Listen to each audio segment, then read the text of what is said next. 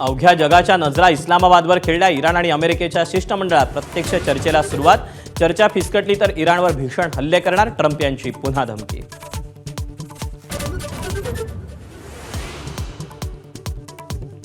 इराणची परदेशातील गोठवलेली मालमत्ता मुक्त करावी, इराणची अमेरिकेसमोर प्रमुख अट.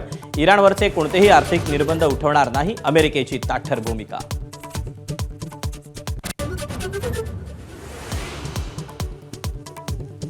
वारकरी संप्रदायात प्रतिगामी विचारांची घुसखोरी. पवारांच्या वक्तव्यानं राजकीय आणि सामाजिक क्षेत्रात वादाचे तरंग.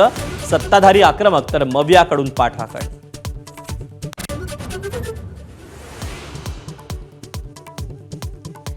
रुपाली चाकणकरांकडून उपमुख्यमंत्री सुनेत्रा पवारांच्या जीवाला धोका. खरात प्रकरणाचा तपास करणाऱ्या एसआयटीकडे बीडमधल्या एका व्यक्तीची तक्रार. असं काही असेल तर चौकशी करू, मुख्यमंत्र्यांचं स्पष्टीकरण.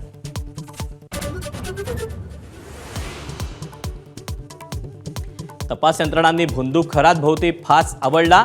3 बँक खाती सील. मालमत्तेवरही जप्तीची शक्यता. तर माझं मरण इथेच, अनेकांना बर्बाद करणाऱ्या खरातनं हात टेकले.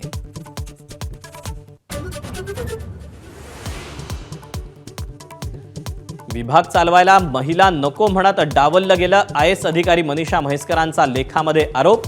2023 मधील शिंदे सरकारवर बोट. तर संदर्भ वगळून वक्तव्य वापरल्याचं म्हैसकरांनी सांगितलं, मुख्यमंत्र्यांचं स्पष्टीकरण.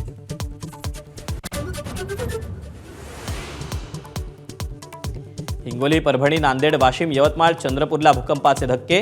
4.7 रिश्टर स्केलचा भूकंप. काही घरांना तडे गेल्याची माहिती. घाबरून जाऊ नका, प्रशासनाचं आवाहन.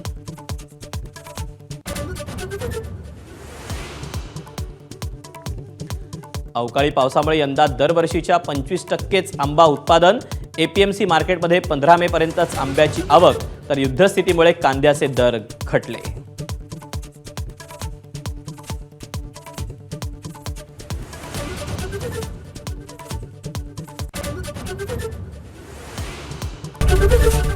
एबीपी माझा, उघडा डोळे बघा नीट.